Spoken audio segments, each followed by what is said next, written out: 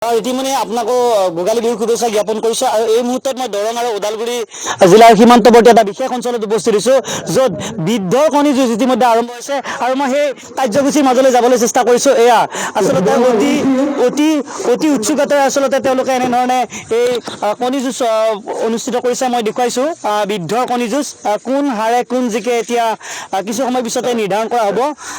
পৰম্পৰাগত খেল ধেমালি এনেধৰণে এই সকল লোকে আয়োজন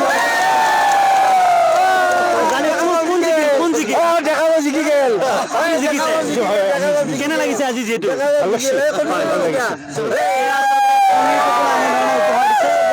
কথা পাতিম আপোনালোকে পৰম্পৰাগত খেল ধেমালি অনুষ্ঠিত কৰিছে আৰু ভোগালী বিহুৰ ব্যাপক আনন্দ উৎসাহ আপোনালোকৰ মাজত হয় আচলতে প্ৰত্যেক বছৰে আমি এই ভোগালী বিহুটি উদযাপন কৰি থকা হৈছে।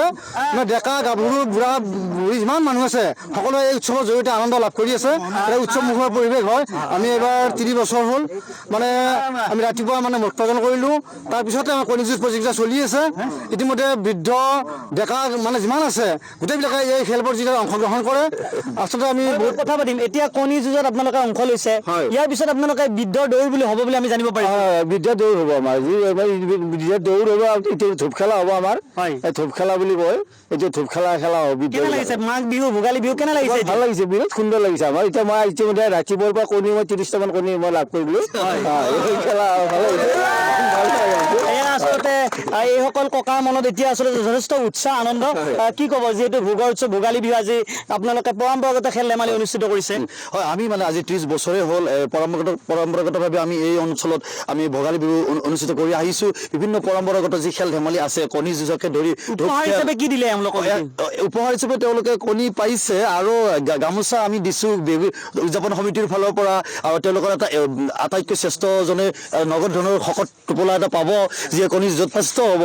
গতিকে আমাৰ খেলখন চলিয়ে আছে আৰু আগন্তুক আৰু বিভিন্ন কাৰ্যসূচী আছে। আমি জানিব পাৰিছোঁ কলগছ বগোৱা খেল আছে ইয়াতে। ধূপ খেলটো হ'ব। মাৰাথন বৃদ্ধৰ মাৰাথন দৌৰ প্ৰতিযোগিতা ধুনীয়া প্ৰাইজ আছে তেওঁলোকৰ। গতিকে আমি বিভিন্ন এই অঞ্চলৰ ৰাইজে এই ভোগালী বিহুটোকে ৰৈ থাকোঁ। এই অঞ্চলৰ ৰাইজে খুবেই আনন্দিত। এনেধৰণে দেখিবলৈ পোৱা গৈছে এই অঞ্চলত এতিয়া যথেষ্ট খেল ধেমালি অনুষ্ঠিত কৰিছে। কি ক'ব এতিয়া যিহেতু ভোগৰ উৎসৱ ভোগালী বিহু এতিয়া চাৰিওপিনে এনেধৰণে আনন্দত মতলীয়া হৈছে সকলো? হয়, এইটো আমাৰ বাপতীয়াসকল আমি পালন নকৰিলে যদি আমি এইবিলাক পালন নকৰোঁ তেতিয়া অসমীয়া জাতি নাথাকিব। গতিকে বিহু আৰু অসমীয়া জাতিৰ এটা সম্পৰ্ক আছে। বিহু নাথাকিলে অসমীয়া জাতিও জীয়াই নাথাকে। এয়া মই দেখুৱাইছোঁ তেওঁলোকে কিছু সময় পূৰ্বে এনেধৰণে কণী যুঁজ প্ৰতিযোগিতা অনুষ্ঠিত কৰিছে। এইবাৰ আন এগৰাকীয়ে খেলিছে। মই সেয়া পোনপটীয়াকৈ দেখুৱাইছোঁ। আৰু এয়া চিপাঝাৰৰ পৰা আমাক মনোজালে কিছু দৃশ্য দেখুৱালে। যিহেতু পৰম্পৰা ৰক্ষা কৰি এনেদৰে খেল ধেমালি আয়োজন কৰিছে। কণী যুঁজকে আৰম্ভ কৰি দৌৰ প্ৰতিযোগিতাও খন্তেক সময়ৰ পাছতে আৰম্ভ হ'ব।